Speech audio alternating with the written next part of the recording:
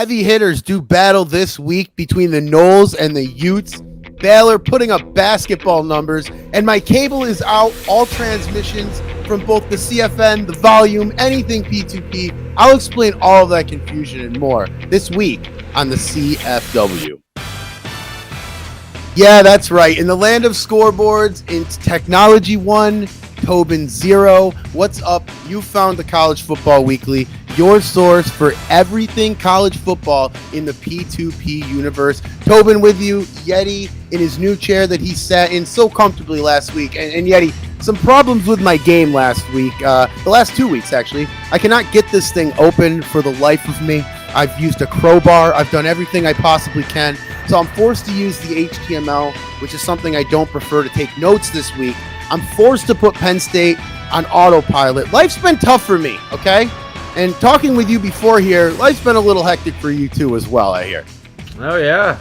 The winds are alive and blowing trees over, and somehow we're still able to broadcast into the universe here. But it only fell through the kitchen, not the office, I hear. Yeah, no office. Like, that's we're good. Sitting here, I'm decorating the tree with ornaments, reliving Christmas as it's sitting in my kitchen window. There you go.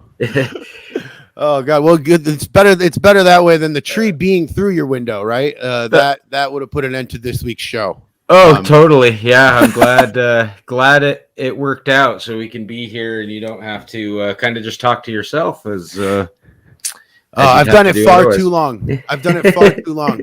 And both on this microphone and in real life. And both people don't seem to listen. But listen, we got a lot to go over this week on the P2P calendar, and we might as well start out with the big one, Yeti. Your Utah Utes defeating Florida State 39-23 in an incredible game. And Yeti, I guess since this is your team, your thoughts on this one? I mean, honestly, I had resigned myself to coming in with a loss. I overthought the game way too much. The game planning, all of it, but I know Drummer's the same way. He's going to do the same thing. And really, it was looking like it was going to be just, a battle for the ages. Kind of something, we've had this as a national championship a couple times, but it hasn't happened in a couple seasons. And Utah and FSU always match up, and it's always a big game. First half was brilliant, back and forth, low scoring, just defensive battle. And then FSU's QB Henderson went down with what looks like, maybe a close to season ending injury. And that allowed Utah to kind of take a step ahead. So it's like, the question still remains, who's the better team? I mean, I know Utah won 39-23, but I no doubts that FSU is a tremendous program and a tremendous team, and one of the hardest game planning situations I've had to do. So I'm just kind of happy that we came out of there relatively unscathed, and we still have the win in the win column and can still play for an undefeated season. But man, those early season big games like that are really tough because you don't have a lot of data to go on. You don't have a lot of info. You really haven't seen how the team's gelling in the new season. And it's brutal. But we came out with a win in a great game, and I expect we might be seeing another matchup of these two teams later in the season. Well, coming in to this whole season, I was looking for Anthony Sears. My eyes were on Anthony Sears this season to repeat his strong performance that he had in 2019. And I'm seeing Sears be a bit more down to earth in his numbers. Still a strong showing, but not like the lights out performances of last season that I've seen yet. And I say that to make a point. I say that to say that Utah is a bit more balanced than I thought that you guys were. No disrespect intended. I thought that Anthony Sears when I came in, I was on the Anthony Sears train, right? When I first came into this league, my first initial thought, I seen Utah on top. I said, okay, well, they got a good quarterback. I see what it is. But that's not necessarily the case. You start peeling back the layers there of the Utah program. And I think Sears adds to Utah, no doubt about that. But I think he adds talent instead of being the talent, which makes your case for a national championship bid even stronger in my world.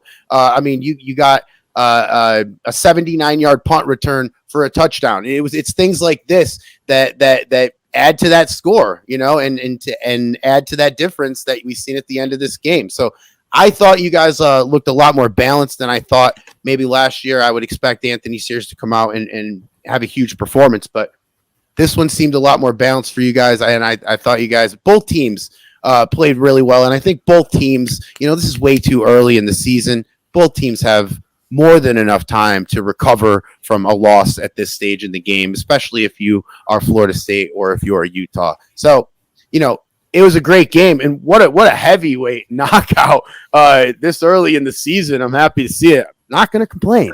But Utah's case for another national championship bid, even stronger to me. Baylor's going to have something to say about that. But speaking of Baylor put up 76 points on SMU this week. And we said in our college football preview, available on the P2P YouTube, shameless plug there, that Baylor was a team that improved from last year. Now, sure, they did. They won the national championship last year, but they're still a better team thanks to the recruiting that they did last year. I look at Baylor 76 points. Sure, Jamie Fields threw for 321 yards. He threw for 5 touchdowns. It's crazy to me, but that seems like a normal week for Jamie Fields. But aside from that, it was the freshman running back of Corey McCaskill who ran for 207 yards and a touchdown. It was Tershawn Williams who ran for 85 and 2 touchdowns in Baylor's opening week win. It was Patrick Gay who had 135 yards receiving and 3 touchdowns. Juan Collins for 92 yards receiving. I'm not just throwing stats out. All of these guys are freshmen. All of these stats were not even possible last year. That's why I think Baylor is a much better team this year. It's why I think that Jamie Fields could have a Heisman champion or Heisman championship both year this year. And I do see back-to-back national champion Baylor Bears. I see that in the future, I think. Yeti, Baylor's explosive. 76 points, it surely proves it. Yeah, I mean, I think it does prove it. Anytime you're putting up 76 points and 750 yards of offense and only throwing 19 passes and getting 398 yards passing out of 19 passes, yeah, it speaks to a talented program. The only thing that I think about is, you know, is it going to look the same when they get tested by a good defense? Neither SMU nor the Troy Trojans, you know, neither of them are extremely talented programs. I know we're talking about SMU, that they had their run in the 70s and 80s, and then they had the death penalty, but they haven't done much. And so it'll be interesting to see. I mean, I'm curious what things look like when they start getting into the meat of their schedule. TCU, Texas Tech, Texas are all going to have something to say about it. And I think we'll get a better indication of what the team looks like once we get them faced up against, you know, some better competition. And I do think Baylor kind of has a lacking schedule this year. I mean, they don't really have a marquee matchup, but they are talented. But the only thing I wonder is if they're going to get a false sense of security as things ramp up into the playoffs. If last year's any indication, then no, this is just, you know, it's just going to continue on. And that's definitely what I expect. This program has a ton of talent. They remind me of, you know, we hit on a few great recruiting classes with Utah, you know, 4 or 5 seasons ago, you know, right before we hit our 3-year run of championships. And I do think that, I mean, obviously they look like they're gonna be there again. There's going to be a few teams that have a lot to say about it, and they do have more of a target on their back this year. I mean, they didn't get a lot of press last year. They're getting a ton of press this year, and they have a lot more pressure on them, and it's still a young team. So it remains to be seen how it'll look on a bigger stage, but so far this is like greatest show on turf. Fans got to be happy. 750 yards of offense. I mean, that's a rare occurrence in any league. And doing that against anybody just demonstrates the lethality of both their offense and defense. Yeah, and that's a great comparison. The greatest show on turf. It does seem like Baylor does have the greatest show on turf. Man, is that an exciting and electric offense? And coming in to the Big 12, I mean, you've got the number 1 Baylor Bears, the number 5 Oklahoma, number 17 Texas Tech, number 8 Texas. I mean, yeah, it's going to be a tough one. And you did highlight, they don't really have a ton of marquee games. So it'll be interesting. You still need a really good record to win that Big 12. So it'll be interesting to see how Baylor's, handles that. And it tends to be a slogfest. I mean, nobody's come out of the Big 12 unscathed. Pretty much in the history of the league, I don't think it's produced an undefeated champion out of that league. So I do expect Baylor will get tested, and I do think that the competition in the Big 12 is, it's a little different than it's just Baylor and then everybody else. We still got Oklahoma, Texas Tech, and they're going to have to play Oklahoma at Oklahoma this year, and that's another talented program that really has kind of been quiet, and they've done similar things so far this year. I mean, Oklahoma right now is at 107 points to 9 points allowed. So Oklahoma's seeming like they're humming pretty well on offense too. Both teams have played, early season struggles, but it impressed voters. Baylor, even though Utah played number 2 FSU, preseason number 2 FSU, and came out with a win, voters were more impressed, and Baylor surpassed Utah, even beating SMU. But it was an impressive performance. 750 yards of offense, 398 on 19 passes. That's just unheralded, and it's going to be awesome to watch and see how things fluctuate as the season goes on. But they've got a stiff test. Number 17 Texas Tech, 8 Longhorns, and that's kind of the beauty of the Big 12 is all the teams have to face each other, so they're not going to be getting any breaks this season. A lot of good games and a lot of good tickets to be bought down there in Big 12 country for sure this season. Now, Yeti, the final of our 3 and out segment before we hit commercial break here. It's not really a top story in the world of P2P, but on this program, it surely is, just for the amount of crap that I've given Sparty up in East Lansing over the time that I've done this podcast. Michigan State wins its first game, and I'm just freestyling here, I believe 3 years, if that doesn't sound crazy. I mean, it does sound crazy. I'm going to pull that up. I'm going to pull that up right now. Let's see how many wins Michigan State got in the last 3 years. Last 3 years. Now, Michigan State came out and they put up 17 unanswered points on Syracuse in East Lansing, and the Spartans won the game. Michigan State obviously has a long way to go regarding, getting back into the national playoff contention. And yet you seem to know the athletic director quite well, right? But let us in on what you think Michigan State's plan is to return back to relevancy, and probably if I can say, go into the Big Ten, which is probably the long-term goal right now. Well, I mean, the Big Ten's kind of more the short-term goal, but you're talking championship already.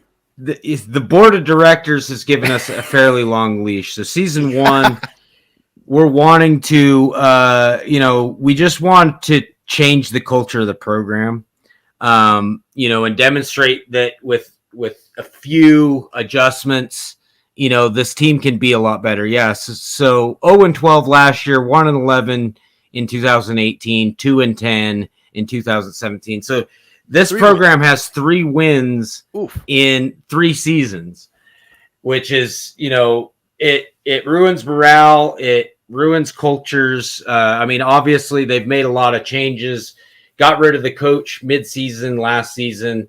They're kind of still retaining some of the coordinators and going with an interim head coach, which might fluctuate. It's a pretty hands-on approach from the AD. to kind of turn that program around and just change the culture. But it's nice to get a win to start that season out. It was a hard fought. They got out early.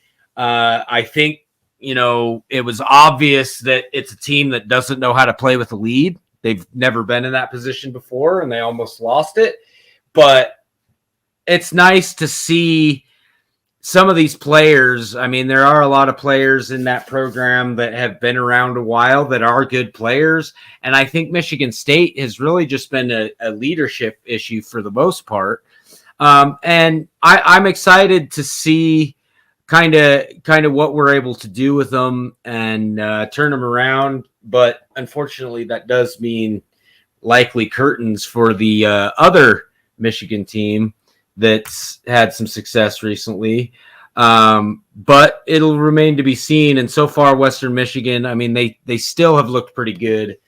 But Michigan State, I'm excited. The offense is going to be a transition. It's really just try to get some players excited to come in here. I mean, they're down in the MAC now. They've been relegated. Some of the pressure's off. You can't do much worse than 2-10, 1-11, and then 0-12 in 3 back-to-back years. So it's just all about going out and having fun to get this program started, and we'll get a little more serious as we get into year 2 or 3. Well, that will take us to commercial break here on the CFW. Why do we have commercials here if there's no bills? Well, because I want to pitch my emoji icon Discord thing. And also because I have to ask Yeti off of the microphone how many times I just messed up in the last segment. I'll have the answer for you and more college football stuff too when we return. Guys, I just wanted to fill this commercial break by thanking you for listening and thanking you for all of the patience that you've had in this ever-evolving show. It went from me talking to myself to Yeti and Wire Forest jumping on, and this show has got a lot of potential and a lot of legs for the whole year. So it will continue to change. We appreciate you listening. We appreciate the patience during these changes. And soon, hopefully soon, we will be introducing a new segment where we talk to athletic directors and you guys can get on the program as well. So that's the future. Just wanted to take a break real quick and just, let you guys know where this show's at. Appreciate you listening. And now back to the show.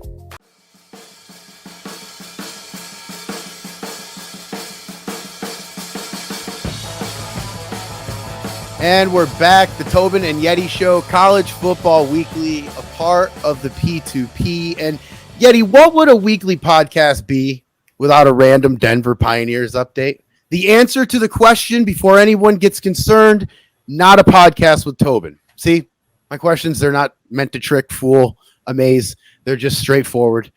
Denver defeated Toledo over the weekend is what I'm trying to say, 49-9. And look, the real and serious for me here, following Denver so closely is why am I doing it? Pressure. Duh. I'm trying to add pressure to a team that's just coming into their own. What's more fair, right? But seriously, they recruited well last year, and that's why my eyes are on them. I think, Yeti, they were like the number 1 rank or whatever, by whatever stat that's called when it takes into the size of the program. Oh, by prestige, yeah. So yeah, number 1 relative to prestige, yeah. Yeah. I mean, and that always peaks the ears up. I like the Denver program anyway. Had a interesting and good talk with the athletic director there, but I'm interested in following the Denver program because I want to see if they can improve, and it surely looks like they did. But the thing I'm most interested in, Yeti, is the team doctor over there in Denver. And let me tell you, concerned is an understatement. I see a lot of people on the injured list, mostly for fatigue. That's fine. People get tired. But the thing I'm worried about is the fatigue as you look at the, it's a FATIQU, which sounds a lot more chronic. I'm not a doctor, but it sounds more chronic to me. Denver right now, early in the season, sitting atop the Mountain West Division, which is by far the worst name. You're already established that you're on the wet. Well, is Denver someone, Yeti, who can win this division this year, though? I mean, it remains to be seen. I mean, they've jumped out to a 2-0 start, which matches their win total for the last 2 seasons combined. So that's a massive upgrade, and it demonstrates that the young players that they brought in, the leadership over there, they're getting kids excited. and it looks like they're going to start waking up. I mean, it'll be the same criticism I had against Baylor is let's see some stiffer competition, especially in the division. I do think they can pull it off and win, but how are they going to do when they face off against, Fresno State? They've been a leader up there. They do have Cal on the schedule, so they got some Pac-12 teams in there, and there'll be a little bit of a test, but they have some fatigue. I know. I've already highlighted this, and I am also concerned. I know they have it. They have it, but that to me, I think it's just illustrating and demonstrating that they're really starting to get more regimented in their training program instead of, it used to be loosey-goosey, and it's like, yeah, we can have fun and, go play some football games, and you can get a girlfriend because you're on a football team, whatever. But now they're starting to win some games, and let's see if they can keep that streak going. But I've got number 24, Fresno State, in week 6 circled on my calendar. I think that's going to be their biggest test, and I do think they're going to come into that game 5-0. It's just great to see this program starting to turn around. Kind of just a program that's been born of this league, and it'll be fun. It'll be fun to see, and I'm excited about it too. It's a team that I've been following. They'll definitely get followed a lot more as they start winning. I mean, we're in year 3 of the existence of that program. And now they've won more games than they have in the past 2 years. It's a beautiful thing to see, and they're really excited over there. And the city of Denver's excited too, as they really haven't had a big time program since Colorado was winning national championships back in the 90s. Well, look, I started this whole thing off by saying by being a jerk about the typo, right? But let's be serious for a minute about the fatigue. This schedule is brutal for Denver. It doesn't have one bye week until they're done.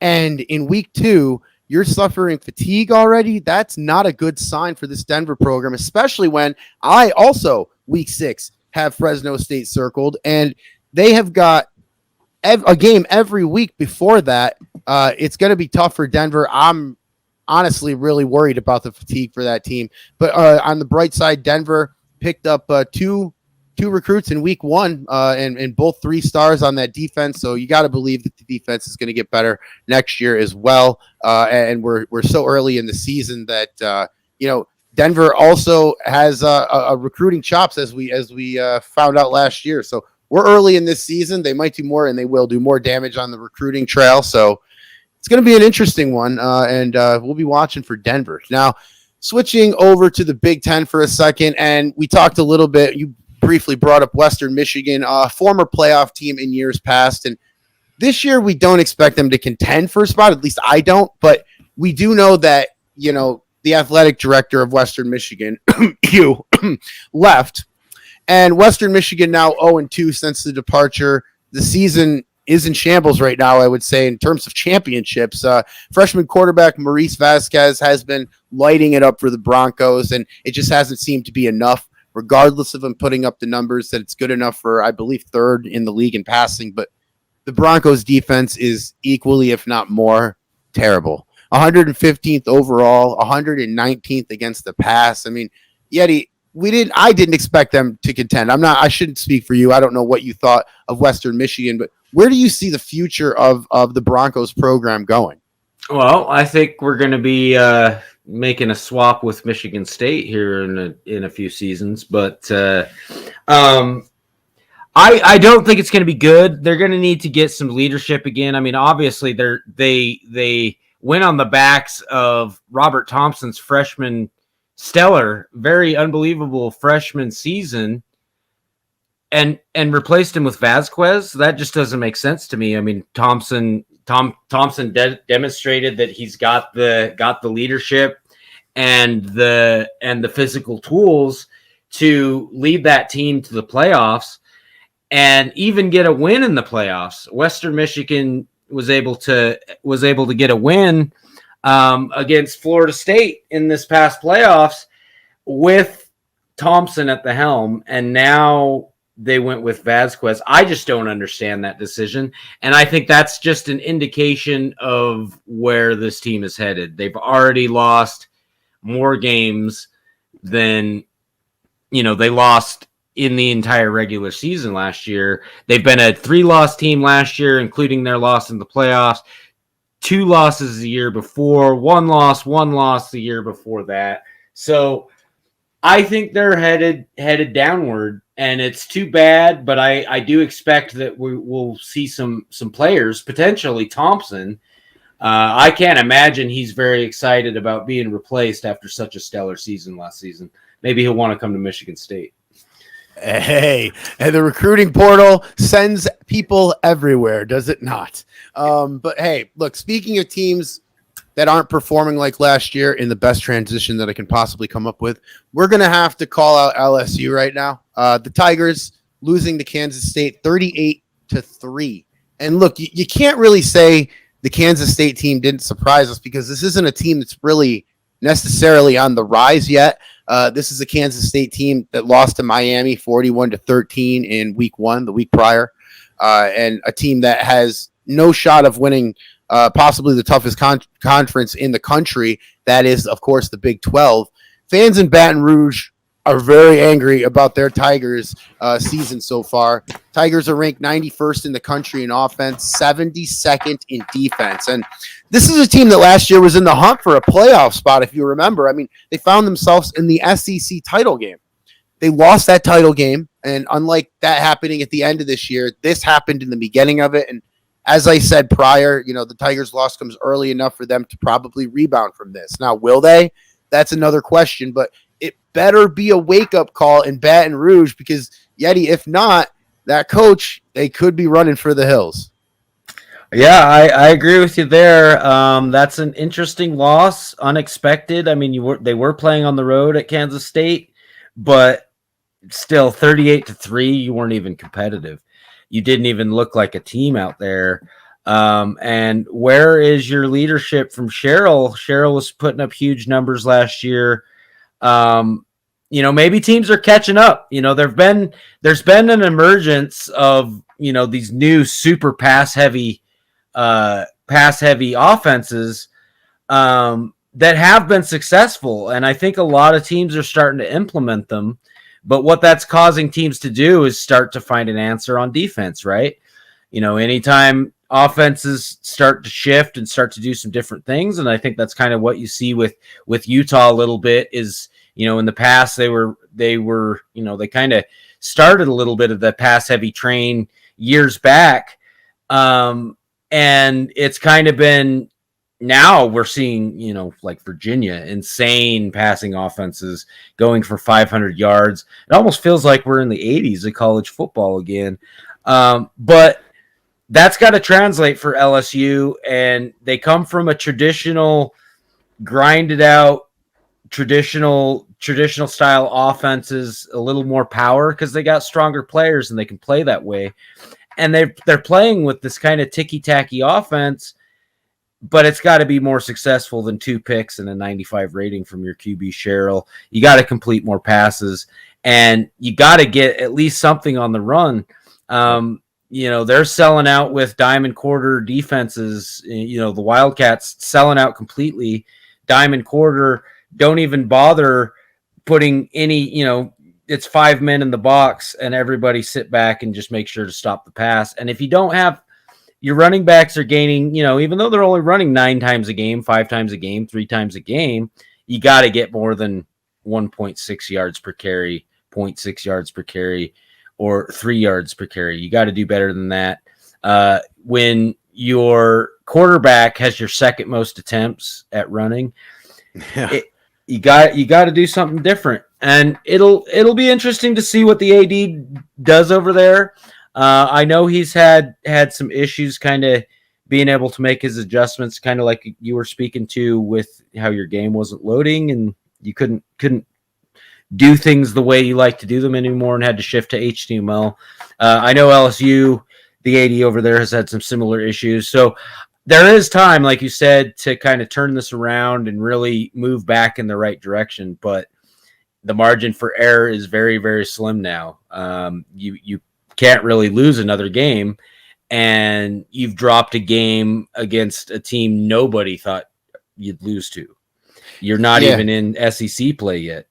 Well, that's the thing. I mean, you got, a tough SEC that they've still got Georgia, Alabama's on the schedule still. I mean, Auburn, Mississippi State, and Ole Miss in the SEC are playing at top-notch level. And if the Tigers are going to lose to the Wildcats, this might be a different kind of season for LSU.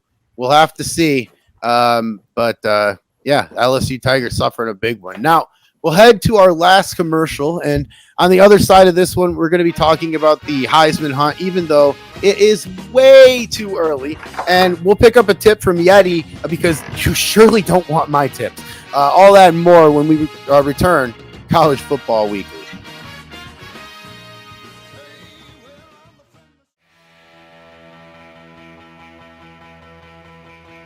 And we're back here on College Football Weekly. Tobin and Yeti going over another week that was in the P2P. And Yeti, we're still in the very early stages of this show and planning this show out. And I just wanted to take a second. Our man behind the scenes, Wire Forest, is producing this for us, getting us a lot of information and stats to share, helping out with the layout of the show, various other things that go into putting the show out every week. So I wanted to take just a second to mention him, thank him for his help and everything he does to help this program get out to you and into your ear hole each and every weekend or every week. So Yeti, part of this job here also is to talk about topics, even though sometimes it's way too early to talk about certain topics. And of course, I'm alluding to the Heisman Trophy race. This year, Virginia's Daniel Kelso looking to repeat as the Heisman Trophy winner. And a lot of people are surprised he came back to Virginia, me included. I mean, after last year, what is there to prove?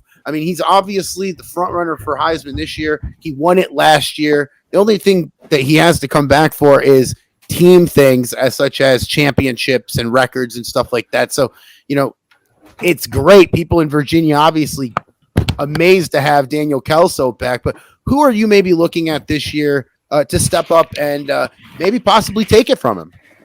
I mean, I'm going to be biased, but I still think Sears is in the hunt, even though he's played, he played a tough game, and he still was able to do some work with his feet against FSU, and that's kind of been the transition with Utah. In week one, Sears was able to put up, what did he do in week one? 18 of 24 for 346 and 4 touchdowns. So it's going to be predicated on the competition he faces. I mean, obviously, when things get stiffer, it's going to be harder for him. But I think Sears is going to put up some big numbers this season. I think he's one guy. The UConn quarterback is another one that I think could do it. And I'm kind of bummed. I thought Henderson was going to be able to do it, but whatever running back is running the ball the most in Florida State, they've got a great chance. Right now it's Odom. And I think Odom still has a great chance as well. Odom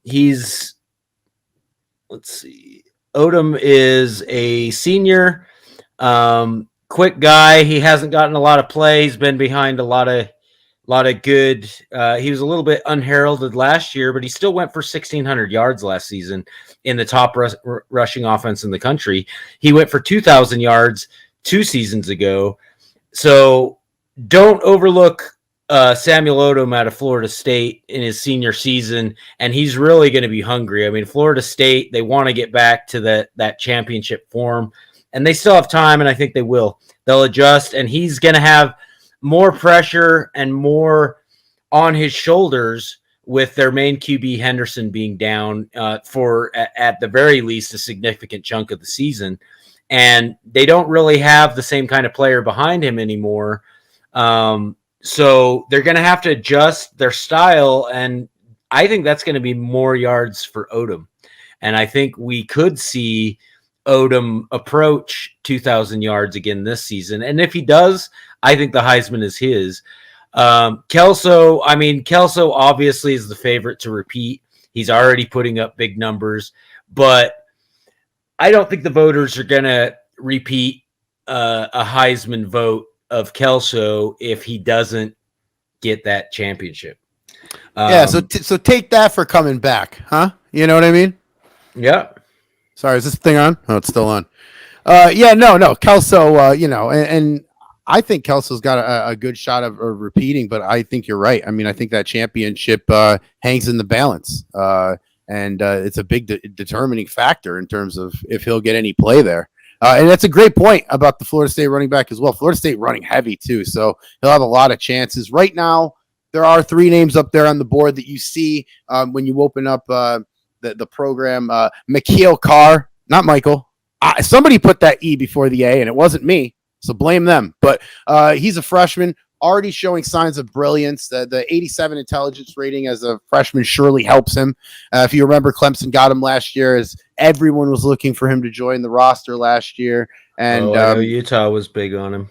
Well, he disappointed a lot of people that week. I remember that. But he isn't disappointing when it comes to 10 touchdowns and almost 1,000 yards passing this early in the season. I'm really excited what he can do in the next few years. And he has an incredible work ethic too when you look into his skills and his ratings. So he can shine under bright lights. He's the real deal. I mean, and I say a few years because that's only if he doesn't come out in his freshman year and completely surprise everyone.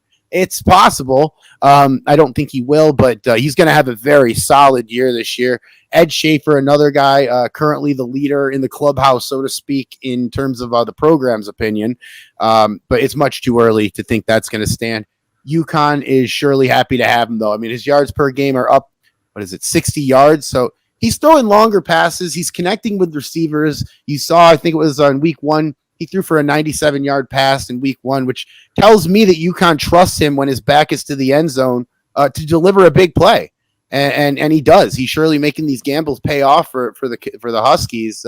His QBR is down a bit from last year, but I think with UConn passing it more this year, and you see his yards per game going up, Ed Schaefer as a sophomore, I think has an outside chance of winning the Heisman again, as you've said. Earlier in this program a few times. We'll see what happens when the competition gets stiffer, but he was there last year pretty deep. So, and then of course the final guy is Jamie Fields. I mean, the other top 3 candidate is equally impressive and maybe more so because this Baylor team improved. And as those freshmen we highlighted earlier come into their own, this Baylor team is going to be dangerous, man. And it's an obvious choice that the Fields, the captain of this team, the glue that kind of holds that Baylor offense together. He'll be in contention for the nation's highest individual honor, but it's way too early to keep these stats up. And I know that, but currently as I talk in this microphone, Fields early on has seemed to cure his interceptions up, and early on he has a ridiculous 40% touchdown percentage, which means 4 out of, and I believe this is right, 4 out of every 10 times he drops back. Is that what that means? Baylor goes for 6. So, I mean, you can't keep that up, and you can't expect anybody to keep that up. But when I look at these freshmen, Yeti, I'm thinking, he might be able to keep that up. You know, it's highly possible. We've got a freshman QB storm, and Fields. I mean, he's hungry. He got that championship. I mean, the thing that might give me a little bit of a knock for Fields is that he just has so many weapons around him. I mean, I'd be curious to see someone like Edward Schaefer from UConn, who he's got a lot more pressure on his back with less talent around him in that program than Baylor's got.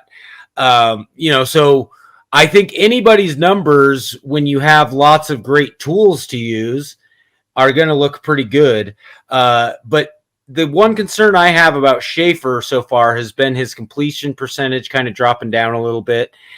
But I think that'll improve as the season goes on, and they kind of iron out, letting him loose a little bit more. I mean, he still was a little bit regimented last season, and so far they've indicated that, okay, this is your offense, you're doing the thing. But yeah, I think the favorite is got to be Fields, Kelso, or Odom out of FSU. But should also highlight Sean Warner out of Texas Tech, because he's had a nice start to the season as well. He's 30 of 44 for 800 yards and 9 touchdowns. So he's not passing as much as Schaefer or as much as Carr, but he's been incredibly efficient so far. And that's something to watch as Texas Tech looks to have a pretty stellar season. And we'll see what Warner's able to do, but I really like the efficiency I'm seeing out of him so far. Well, the Heisman Trophy race will continue, and we will continue to talk about it. That's for sure. It's always one of those things that are, aside from who makes the Cheez-It Bowl, of course, that's always a race that I always like to follow is the Heisman, as well as everybody else. So we'll keep following that as well. Now, this week, we're going to focus on some tips to get me better. I need help. And Yeti, everybody liked when I added the Yeti tips at the end of the show last year. This year, I wanted to try and ask you a question about the playbook. I do know that the game's a little wonky, and people tell me that it's a little wonky when it comes to editing playbooks. I know there's a lot of new people like me to this game that come here, and sometimes it's over my head what you guys are talking about, to be honest. I know there's something to do with notepads, but I'm not really too sure what's going on. So can you elaborate first on that and the notepad thing, and then second, kind of get into the strategy of how to select which plays will go into a custom playbook in terms of maybe how many plays is too many, how many plays is too little, things of that nature. And I'll just let you freestyle. That's kind of where I was looking to go this week. But Yeti tips. I would insert a really nice sound effect here, but again, the budget it's low. It's just a tip, just to see how it feels. You needed to get that in there, didn't you? I did. Gussy it up, brother. Hey, needed to get that in there too. So I did. Awesome. So talking about the playbooks, you really have to use, and you have to get really familiar with like the oldest Windows program to exist besides Microsoft Paint. It's like a relic from an era that doesn't exist anymore. But in order to edit your playbooks and do it effectively and not get incredibly frustrated to where you're just like, okay, I'm just choosing the coach. You're going to want to export your playbooks. That puts it in, so it always goes the default, unless you change the location where it stores game files. The default is always in documents, and then there's a Wolverine Studios folder, and then it goes to which Wolverine Studios game. So this is DDS CF 21. You go into that folder, click on the league folder, and that's where it exports to. You right-click on the playbook. The offense will be labeled .offense, defense .defense. Right-click on it, click Open With, and open that in Notepad. Once I have my playbook open in Notepad, I like to kind of, so I use 2 windows on my computer, or 2 screens.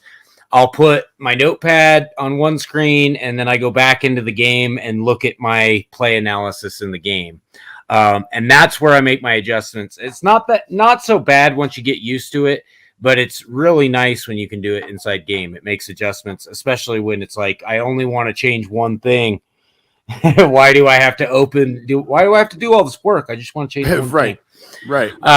So that's kind of the nitty gritty on that. And I know, once some other ADs can get used to that, I think we'll start to see some teams that maybe have struggled a little bit start to really improve, because your weekly adjustments are important. And this is something that drummer Josh at Florida State, he's talked about as well, is it's like, if you go week to week and make 0 adjustments, you are not going to go undefeated.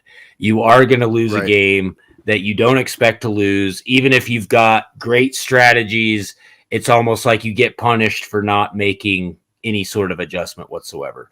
So I always make sure I make at least one adjustment on my playbooks every week.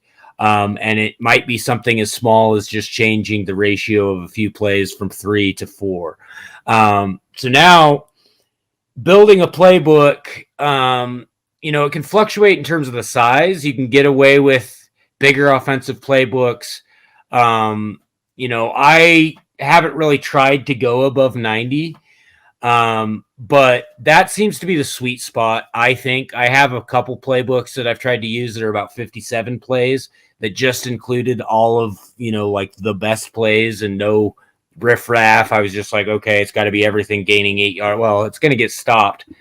So I think kind of a good sweet spot is 60 to 90 plays on offense. On defense, I run between 5 and 15 plays, depending on what down and distance we're on. Obviously 3rd and long, I incorporate more dime and quarter, passing, pass stopping type stuff. And I include more, run stopping, maybe some 5-2 or 4-3 in my 1st and 10. But it is all predicated on your teams. So you really, when developing your playbooks and making adjustments, the first thing first, don't try to do stuff that your team isn't built to do. This is something that I've had to, obviously everyone knows I love long passing. I've had a few years of great success, obviously doing that with Utah. But when I go look at Michigan State, they don't have any talent at all to run that kind of an offense. So you really want to analyze first and foremost what your tools are, and then don't try to get your tools to do things that your tools can't do. So Michigan State, we're going with a more run heavy, quarterback option heavy thing, which is a little bit out of my wheelhouse, but it's fun to try different things. And don't be afraid to try it. A lot of people like to find the one track that hits and kind of stay on that. Don't be that band.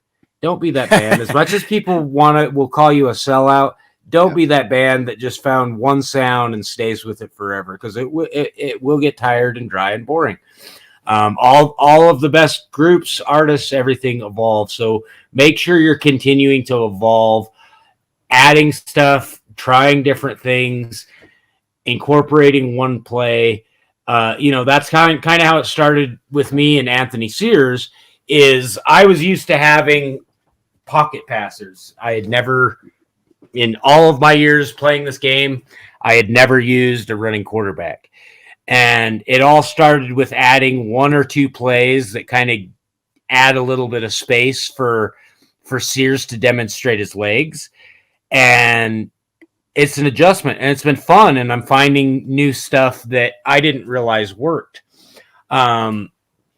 Now, obviously, there's going to be different strategies that work better than other strategies, but really, it depends on your tools. You can get away and you can win with a running and option offense.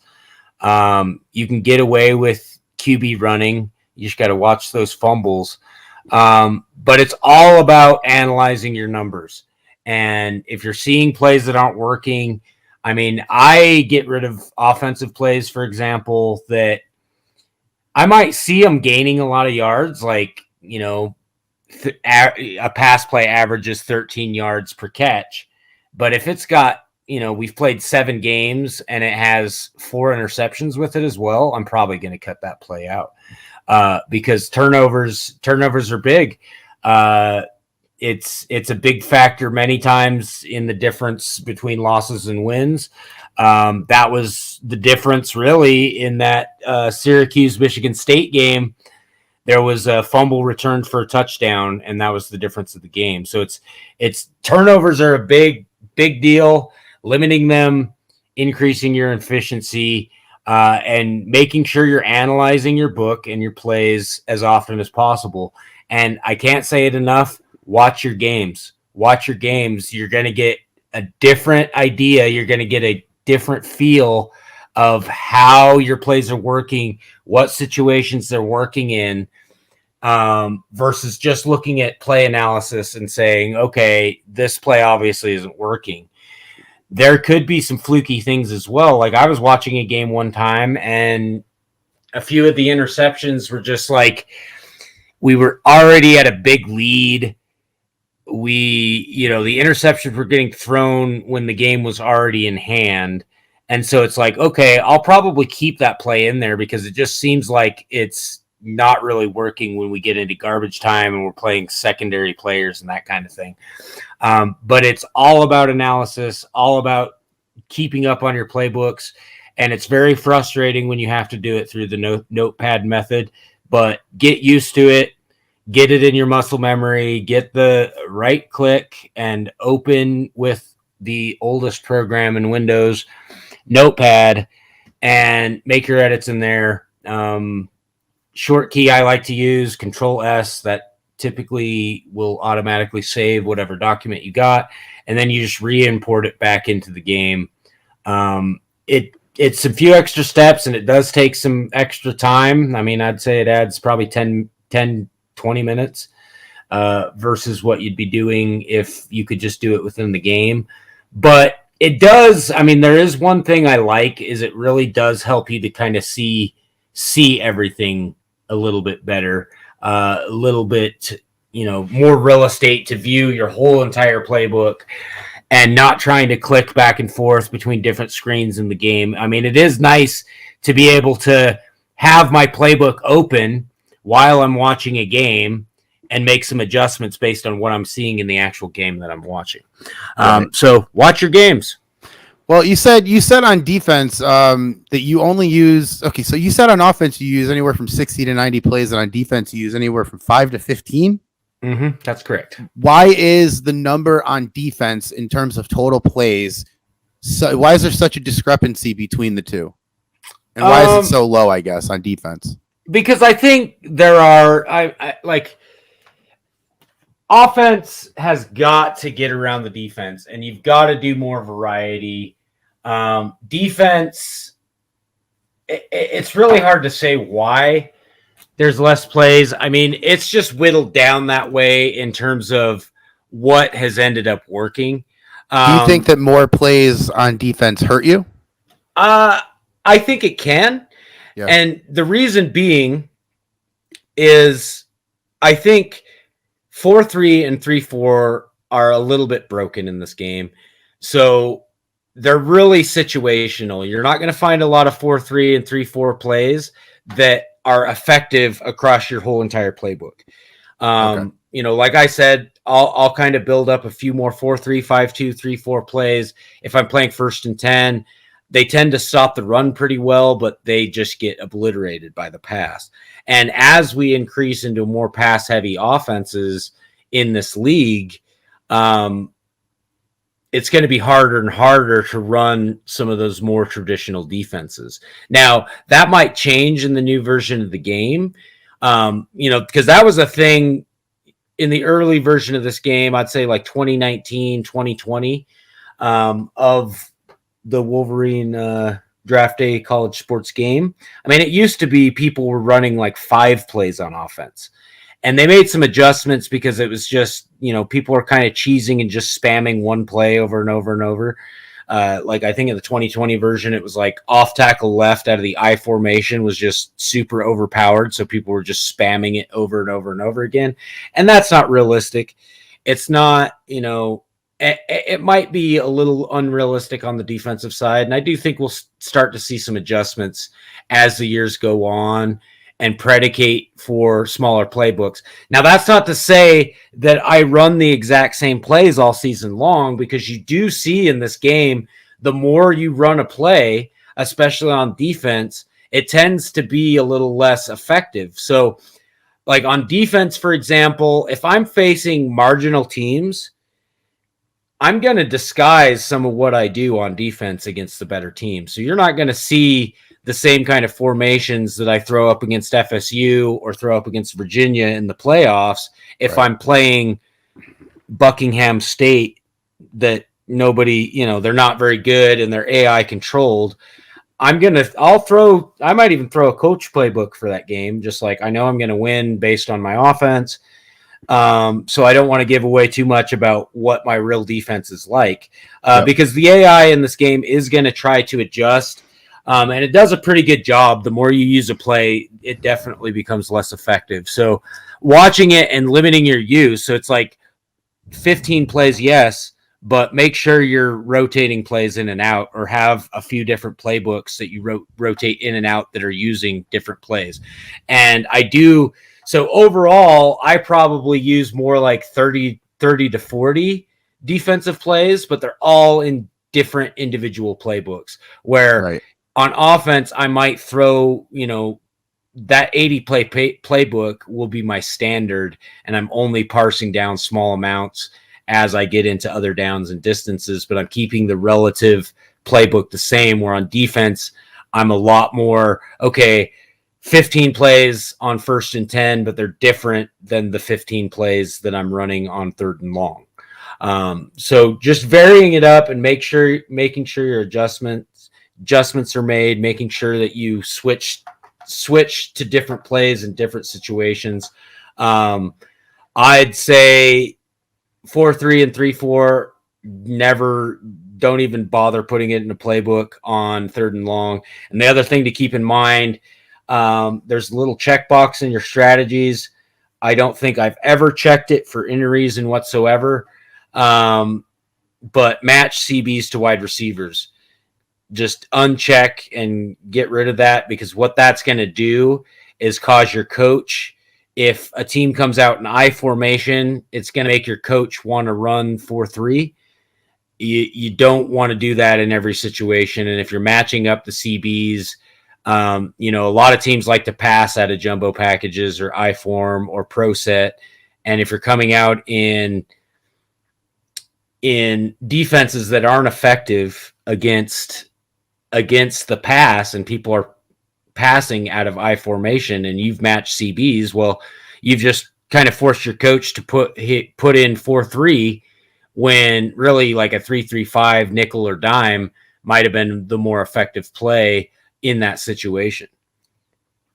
I've got a whole lot to work on. I'll tell you that. And I just these conversations every week, really beneficial to me and a lot of other people who I talk to who, might not have played Sims, or, I like to talk to the new people that come in. I'm like, hey, how you doing? Welcome, blah, blah, blah. And I'll talk to them a little bit. Oh my gosh, I don't know what I'm doing.